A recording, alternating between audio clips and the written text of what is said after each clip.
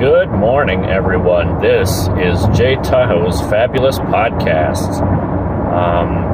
This is something I've been wanting to do for a while now, just because, I have about a 2-hour drive every morning to, well, not every morning, I work from home sometimes, but I have about a 2-hour drive to New Jersey, where I have a couple of stores that I manage. I'm an area manager, and it's just a long drive, so I, get a lot on my mind during the drive, and I'm like, I'm going to talk, and if people want to listen, then, they'll listen, and maybe, this will get bigger, and we'll be able to have people come on and talk. We'll go over, whatever topics, you guys want to hear. I'm never short for thoughts, so if there's any particular topic that you'd like to hear my 2 cents on, or come on, or we could have like a Skype or Discord meeting and discuss it, just let me know in the comments. So today's topic that I wanted to go over as I'm driving here is bullying. It's 2019, and bullying, it's in the forefront of the media. You can't escape it. Everywhere you're hearing about bullying, and ways that we're gonna prevent bullying. But my thought on this is, so I do have a little bit of a conservative lean in my political thinking, and it wasn't always like that, mind you. I grew up in a pretty liberal household, and in school, I'm going to get flack for this one, and I know there's going to be a lot of disagreement here, but education really does have a liberal slant. I just remember being in school, and there was all this, all this Bush hate. I graduated high school in 2008, and a lot of my teachers, I had some really good teachers, some who weren't so great, but there was this liberal slant, and even into college too. It was when I got older and started seeing the world for how it really works, that I became to a little more right of center. And I think that's the crux of conservatism. It's seeing the world for how it really is. It's taking that red pill and being like, okay, like things are not so hunky dory, and we need to come up with realistic solutions. That's my main gripe with the left, and with liberals and Democrats. That way of thinking is that, like, I hear what everybody's saying, right? We do need health care for everybody, and it would be great if education were free. The problem is that by there's no realistic way to do that without harming more people, and that's a topic for another day, since we're going to discuss bullying today. But that's where a lot of my views on these things are kind of coming from, is that you need a more realistic approach to these problems in order to stop them. So anyway, back on track with bullying, right? Huge epidemic. It's everywhere. Pretty much every school, every workplace, you're going to attend seminars about bullying, why you should never obviously be the bully, and it just seems that the focus now is on preventing the bullying from happening in the first place, rather than how to defend yourself if you are on the receiving end of the bullying. And I have a couple of anecdotes from my childhood growing up, because I was always raised to in such a way that that if I was being bullied, that I would be in a situation where I could defend myself. And I think now the focus has kind of shifted to preventing the bullying from occurring in the first place. And I am not an advocate. That's not at all what I'm here to do, is to advocate bullying. That's completely, if that's what you think, you're missing the point. I'm not here to say that anyone should bully anybody. In fact, it's appalling that anyone would. If I were bullying somebody growing up, I would have been punished. There would have been repercussions. My father would have been pissed. He would have been disappointed. It's never acceptable, and it's never okay. But my point is that bullying, when you break it down, what is bullying? It's one human being attempting to exert dominance over another, right? That's in its purest form, right? It's one human being trying to break down another to get him to submit to him or her, right? There's plenty of men and women both do it. There's we've all seen Mean Girls, right? We're all aware that it's a thing, whether in many, whatever bullying, whatever form it exists in. Cyberbullying, now with the advent of social media, there is a lot of cyberbullying. People will comment, they'll say things to tear people down. To back in the day, there was more physical bullying. Not that it's not around now. Right? Kid beats you up, takes your lunch money. I got in elementary school. I got punched in the face on the bus once. That was a fun time, right? So it's always, bullying has existed since the dawn of man, and I think to say that we're going to get rid of it completely, it's not realistic.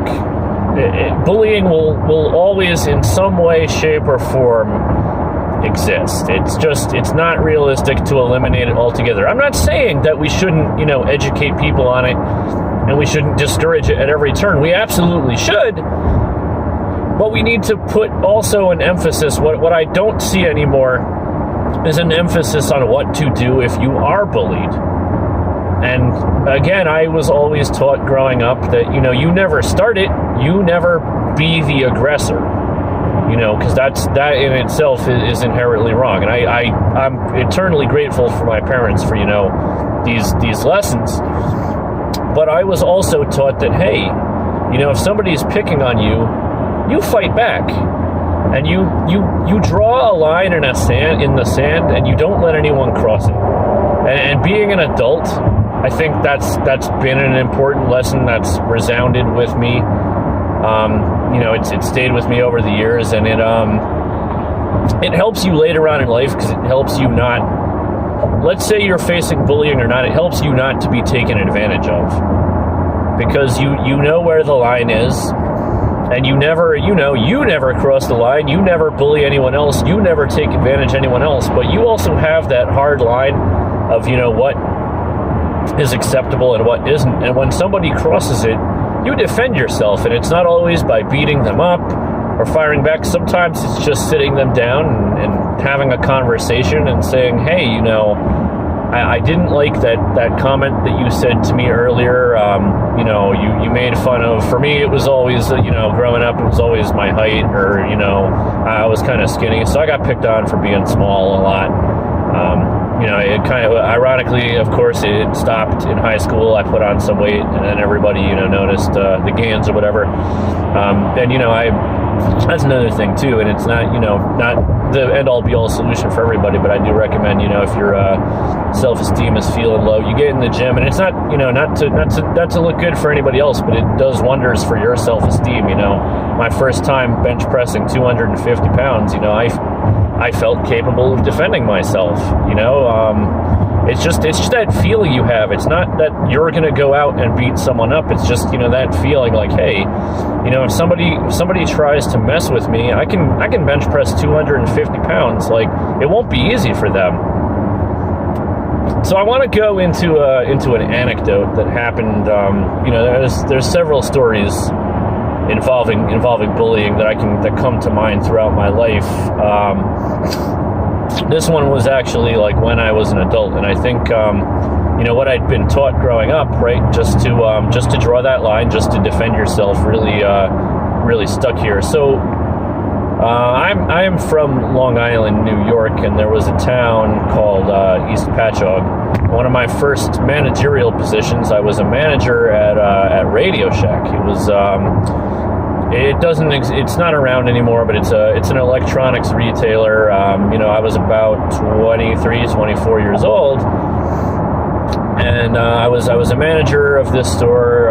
It was not like the nicest neighborhood, whatever, right? And it is what it is. There were confrontational customers, and it's retail, so you can't be rude. You can't, but when people try to push you around, when people try to threaten you, you can politely, ask them to be respectful, or, and being a manager, I guess I had a little more authority to, remove them if they were getting, unreasonable or crossing a line, or, making any type of threat. So there was that.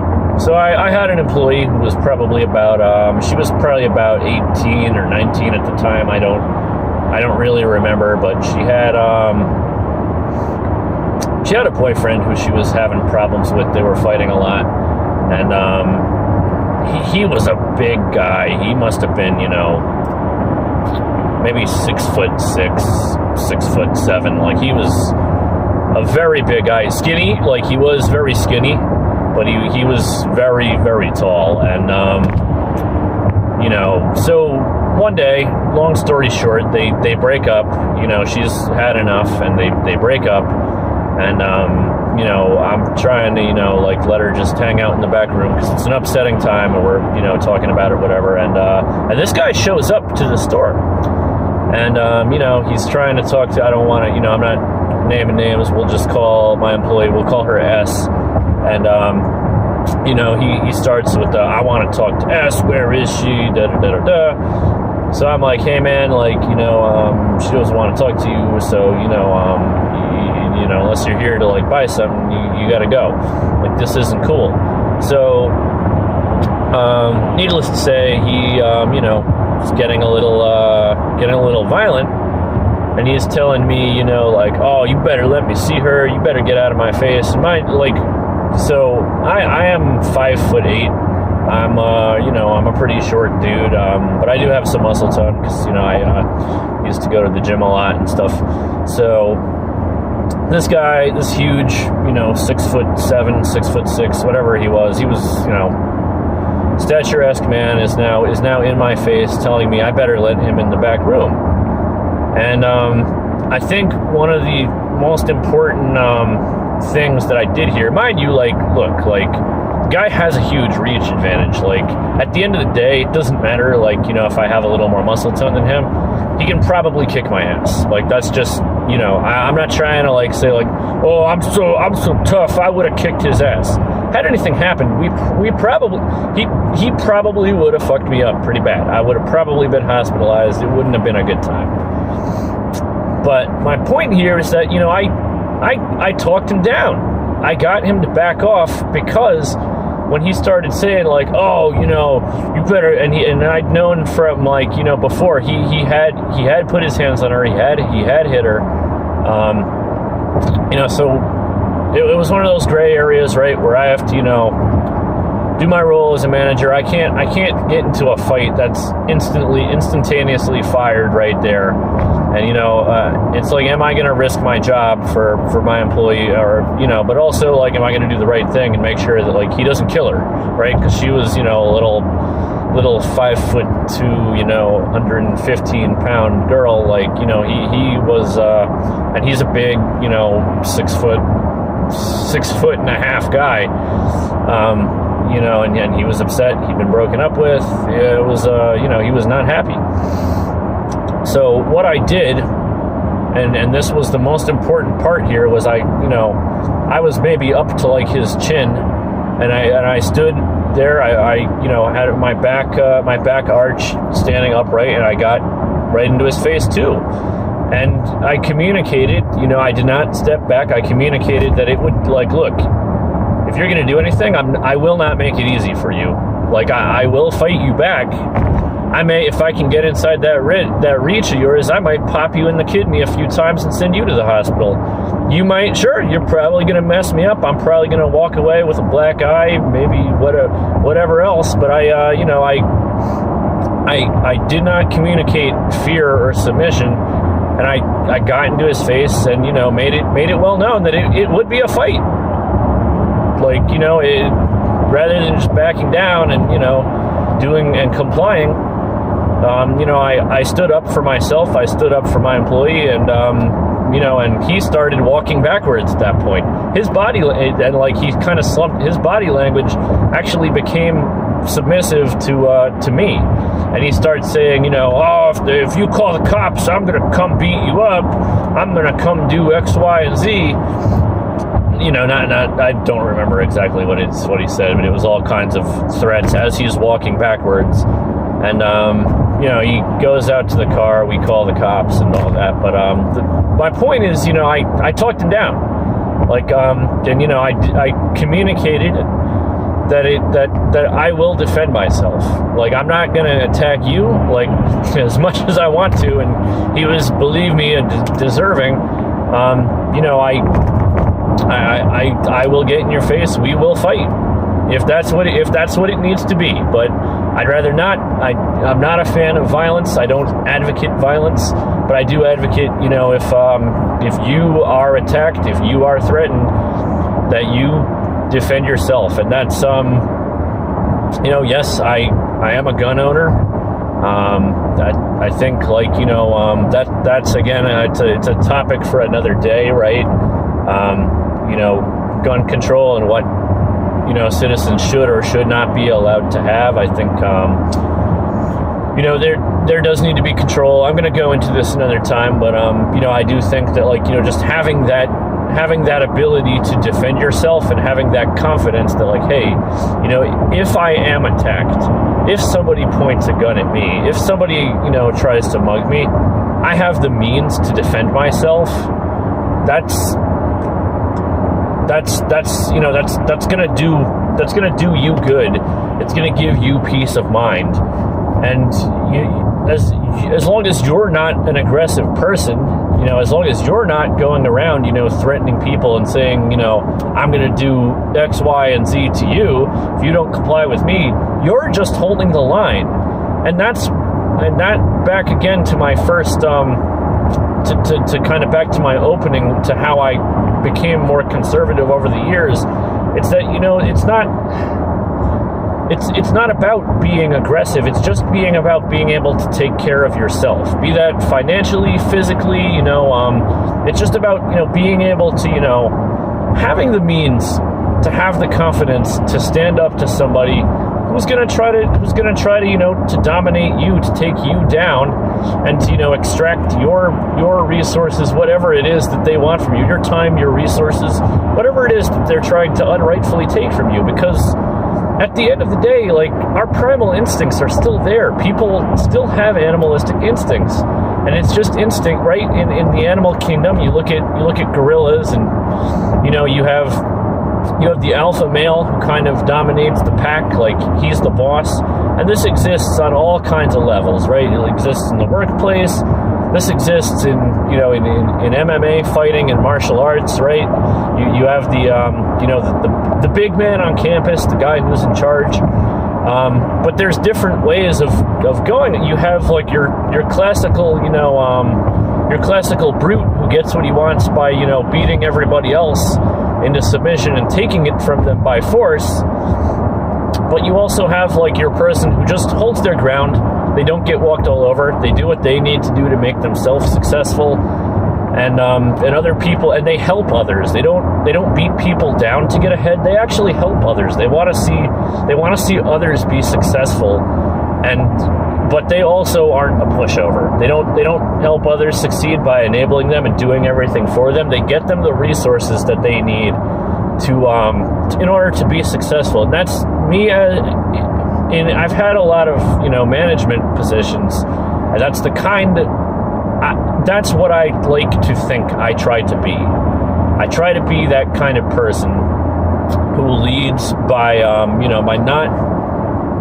by being, overly domineering of others or by tearing other people down. I try to, make sure that, and that's not to say that, that you let people walk all over you. It's about that line. I cannot stress that enough. If there's any takeaway from this podcast, it's that line. It's just finding that line in the sand with bullying, with whatever you're going to take from people. Maybe in your relationship, right? You have a partner who's you have a boyfriend, you have a girlfriend who's they're not respecting you, whether it's your time, whether it's whether maybe they're cheating on you, and you right, like, and I'm not saying to go out and suspect it and to be an aggressive turd in return, right? Because we all know those people and they're just the worst. But if you know it's happening, don't allow it to happen to yourself. Hold that line. Get in there and say, hey, I'm not going to accept this. I'm walking away. I'm not taking this from you. I know it's hard because it's sometimes it's people you care about. It's people you don't. It can even be a toxic situation at home. I've seen plenty of situations. I have friends who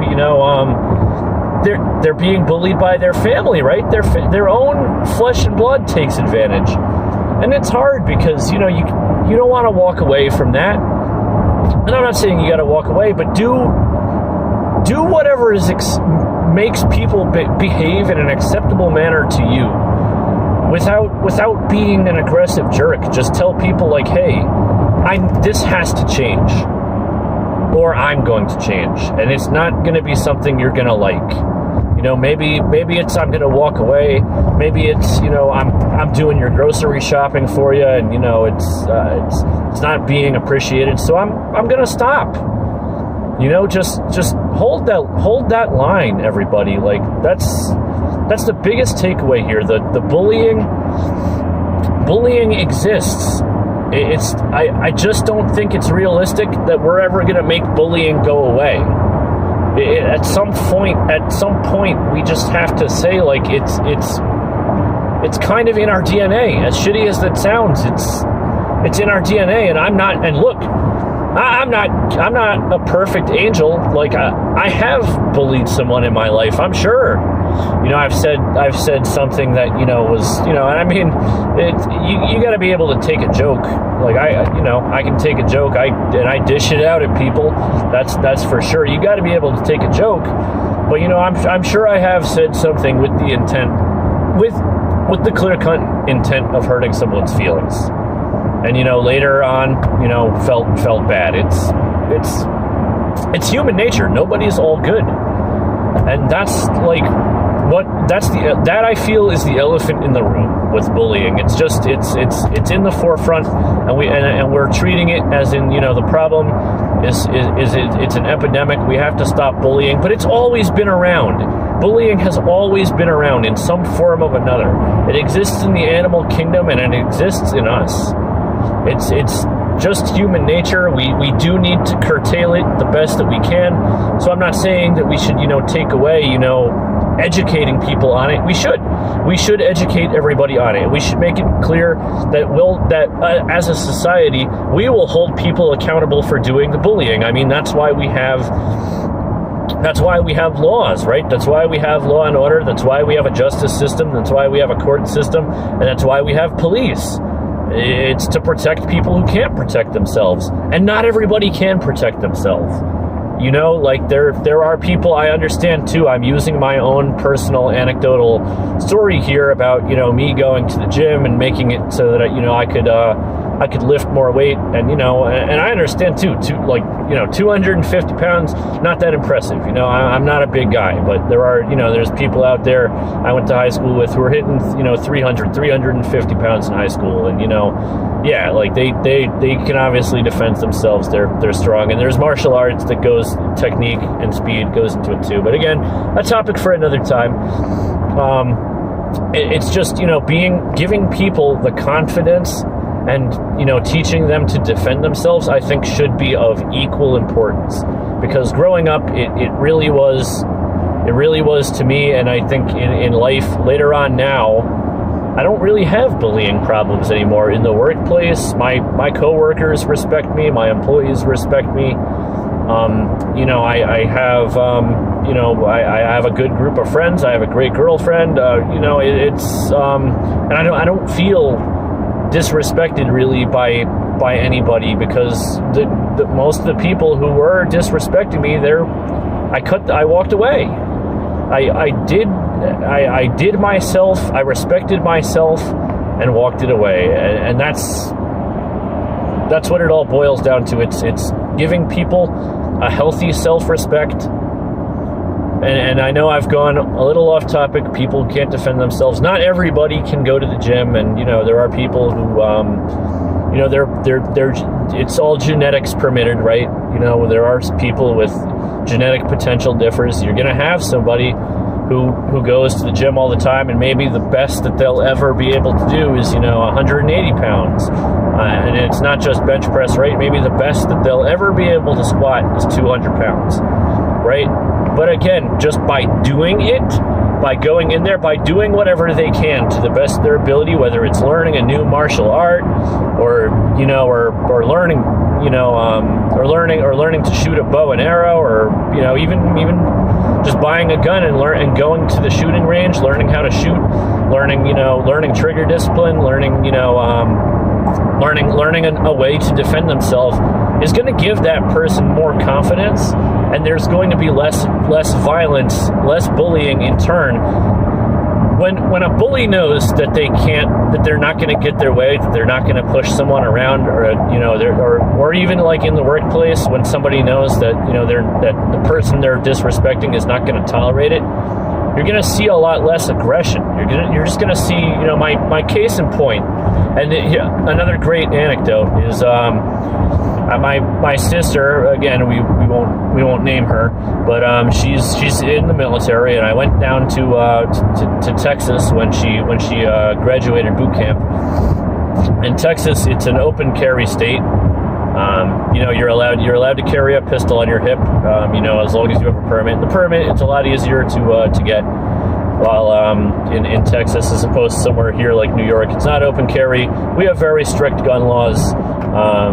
You're only allowed to have a 7-round mag while you're going to the shooting range. Unless you're law enforcement, basically impossible to get a pistol permit. We have very strict gun laws, and again, this is anecdotal. I was only in Texas for a week, but just my observation, New York, we're stereotypically known around the country, even the world, as being rude, aggressive people. You drive out on the Belt Parkway, you got people honking at you, they'll flip you off. Can't think of how many times people have been rude, to me or whatever in public. It happens. And then, I was in Texas, and the people there, they were so polite. And again, I've been to San Antonio, I went to Waco. I drove through Austin. I didn't stop there, so I can't talk about Austin. But the people there were so nice and polite. And I'm sure, that of course, there's violence, there's confrontation. And I wasn't there long, but just, let's say I spend a week in New York. Chances are there's going to be more aggressive people. Like, there's going to just be some more people being rude to me, giving me the finger while driving, what have you, whatever, than I saw in Texas. And it could be confirmation bias, because, I know growing up, you're always told, like, oh, you rude New Yorkers, you guys are assholes, you're New York, New Jersey. But from what I observed, it was a different culture.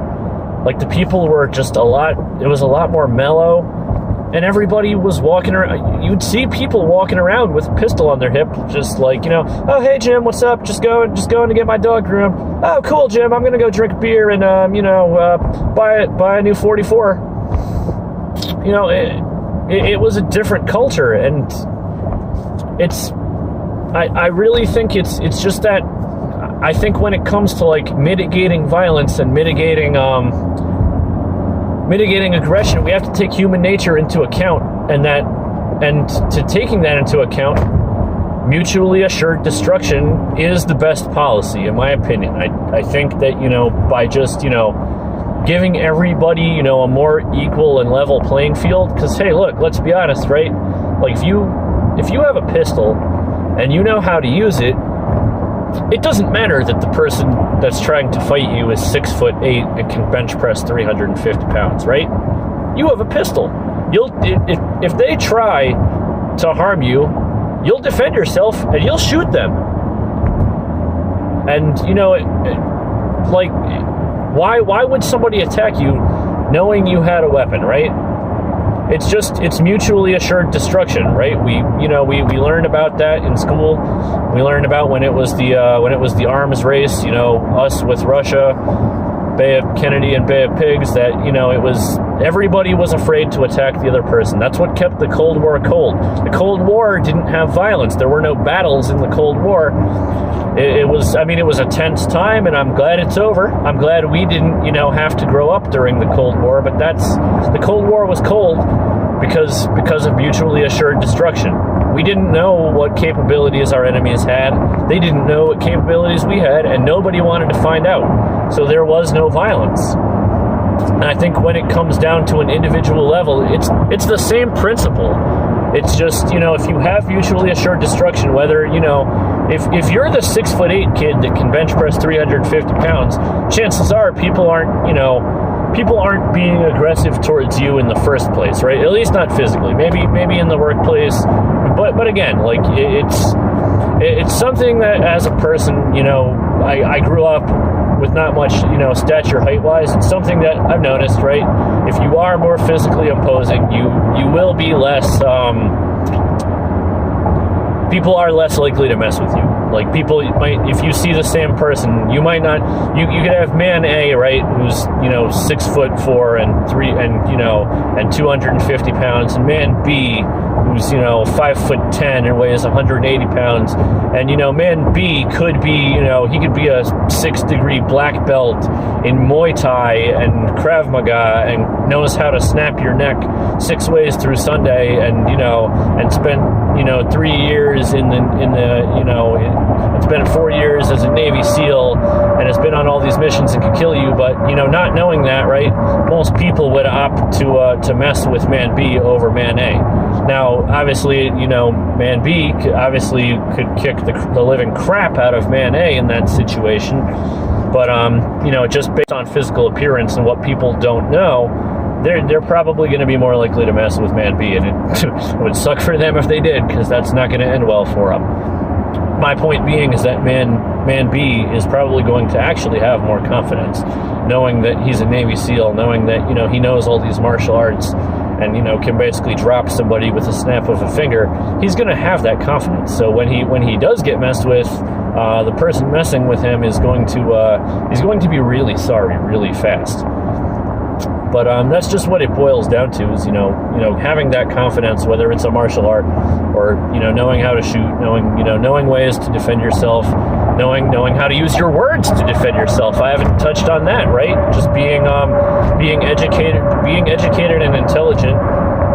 There is intellectual bullying too, right? We have people will try to make you feel inferior. They'll kind of flaunt their intellect over you to try to make you feel inferior and submissive to them. So being eloquent, articulate, it's that's a way to not be bullied intellectually. I think there is such a thing as academic bullying. My experience in college is that there were professors who were there to boost their own ego, and hear me out on this one. So my educational background, I graduated with an associate's degree from community college. I was attending a 4-year university. I was doing fine with grades, but I did not like the culture. I don't like the concept of our higher education system right now. I don't like the institution it has become. I don't think it's really so much about actually educating people. And and I can do a whole podcast on that. That's a whole different beast in itself. My experience in higher education, between the liberal slant, the attempt to grab, and I am not trying to hate on people who have their degree. I think it's great. If you have your degree and you know what field you're going into, and you know that degree is going to help you succeed in that field, and you want to become an educated, more power to you. But my point, it's not for everybody. You can do just fine knowing a trade, or even working hard and working your way up through management. That's the route that I've gone. But what I noticed is that, and it's not all professors, the majority are not, but there were plenty who were just there to flaunt, like, I'm so learned, I'm so learned, and you're so stupid, that's why you're taking my class. And when you're a younger person, if you're being made to feel like that's how you feel. It's a form of bullying. Now, later on in life, I've amassed some skills over the years, right? Like, I'm a confident person. I can, for example, right, if the radiator cracks on my car, I don't have to go to a mechanic and pay $400 to get it fixed. I can pull out my Haynes repair manual, look up how it's done, buy the part for $70, and fix it myself. I'm not at the mercy of a mechanic, because I've taken the time to learn a useful skill, which is, auto repair. I've armed myself with the tools that I need to be successful with that. Therefore, I have more confidence. I also know when a mechanic is trying to bullshit me to some extent, right? Like when they'll go in. I was quoted one time $100 to change a serpentine belt. A serpentine belt, it costs maybe $20, and it takes maybe 10 minutes to put it in. I'm going to go into the process. Even on a car, people, you'll know what I'm talking about. Even on an engine that sits transverse, it's not that difficult of a job. It doesn't take that long. There's no way that they're going to, labor rate in this state, it's $99 an hour. There's no way you're going to charge for an hour of labor to change a serpentine belt. Get out of here. So, but learning that, right? And over the years, I've learned to speak Spanish very well. I can hold a full-on conversation. I never took Spanish in school. It's something I just wanted to learn because it's a useful skill in today's job market. It's made me more valuable. It's increased my job market value. And a lot of these professors, just treat you like you're a dumb sack of shit in their class, because they're great, because they know so much about one area, narrow in scope. And looking back on these professors, I kind of feel like I'm looking down on them now. Okay, you're a college professor, great, and I don't take that away from you. You spent a long time learning your subject. You've mastered it, and you have my full-on respect in that area of academics. You are the expert, and I am not, and that's what it is. However, where does this sense of superiority come from? In other areas of life, do you know, if your car broke down, would you be able to change the alternator right now? Would you be able to take it apart, remove the alternator, disconnect the battery, disconnect the wire to the alternator, remove the serpentine belt, and put everything back together again in an hour, the way I could? If you were, if you were down on the South Shore in Bay Shore and you needed to sell a phone to somebody who spoke Spanish, could you do it? So where is this sense of superiority? It's a form of bullying, and it's not every professor, but it's something I noticed, and I walked away because it was a self-respect thing. It's like, no, you're not gonna come in here and treat me like I'm a sack of shit because you have this sense of superiority. And that was when, like, I had that aha moment, like the light bulb went off. It was like, you know what? Because you have all these degrees and everything in one subject doesn't make you a better person than me. It certainly doesn't give you a right to treat me like, oh, my class is the most important thing. If you're going to study for one class, it better be my class. Why? To inflate your ego? Because you have a bigger dick than me? Why would your class... I have tons of things to do, right? Now, at the time, I was a student also working 2 jobs, which I learned not a good idea because I fell asleep driving and crashed my new car into a tree. Lesson well learned, lesson learned about, finding a work-life balance. So that's academic bullying, which I think is a thing, and it goes unchecked by the powers that be in academia, and that's just my experience. I'd love to hear if anybody has similar experiences. I'd love to hear it, in the comments below. So tell me your experiences, guys. I think I'm going to end this podcast with one more example. And this is probably the best example to date. And this is another one from my own household. So I have a younger brother too. We'll call him M. So M is he's kind of a lanky, skinny guy.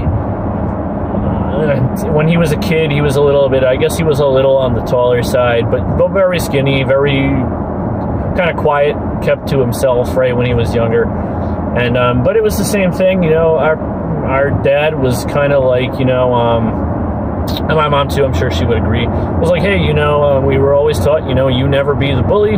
If you're the bully, you're going to be punished. That we'll never stand for it. But if you are being bullied, defend yourself. Right? You guys are probably tired of hearing it because I've said it, like 80 times during this podcast. But so my brother was a very, quiet, mild-mannered, keep to himself kind of guy when he was a kid. And we had this kid on the street, we'll call him C, who was kind of, every neighborhood has one, just that neighborhood, like, jerk, who goes out of his way to be annoying. And drink my coffee before it gets cold. Just that jerk who, your Eddie Haskell, if you will, who comes off as sweet and well-behaved to the parents, but he's really a jerk to everybody. So I was not there for this. I heard accounts of it later. My brother, he wouldn't hurt a fly. So they're hanging out at a neighbor's backyard. The neighbor has a sandbox in the backyard, and C is picking on M. He's throwing sand in his eyes, and M is, he's crying. He's upset. And C is just going at him, like, aha, you're a baby, you're crying, ha ha ha. Like, exerting his dominance, being a real POS. And M, my neighbor who was, who observed this at the time, M is sitting there crying, on the ground, gets up, walks over to C and just gives him one good, just decks him right in the face.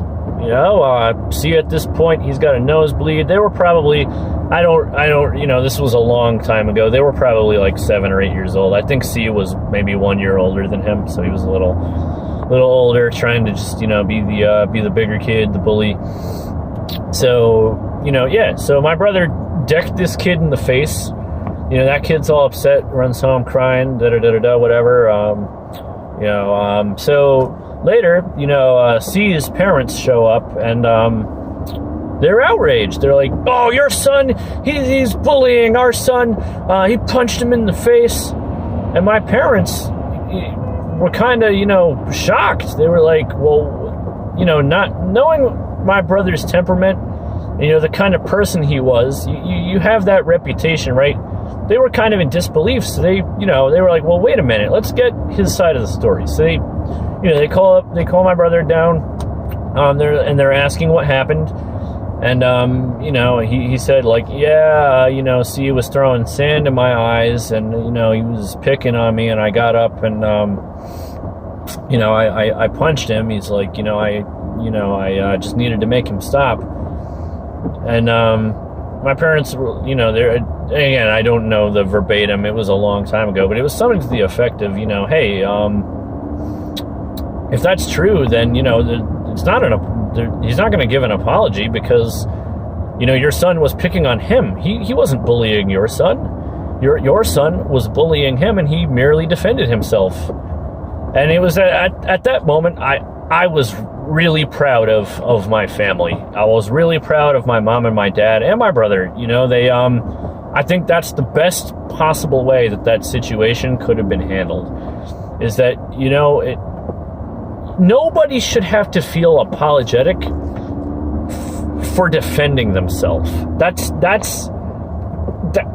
my takeaway here, is that people should feel confident that they can and will defend themselves if they are bullied or picked on. And if the time does come where you do have to defend yourself and you do it, you're not apologetic about it because you have self-respect. And if somebody is crossing that line with you, you will defend them. You will defend yourself. You will put that person in their place.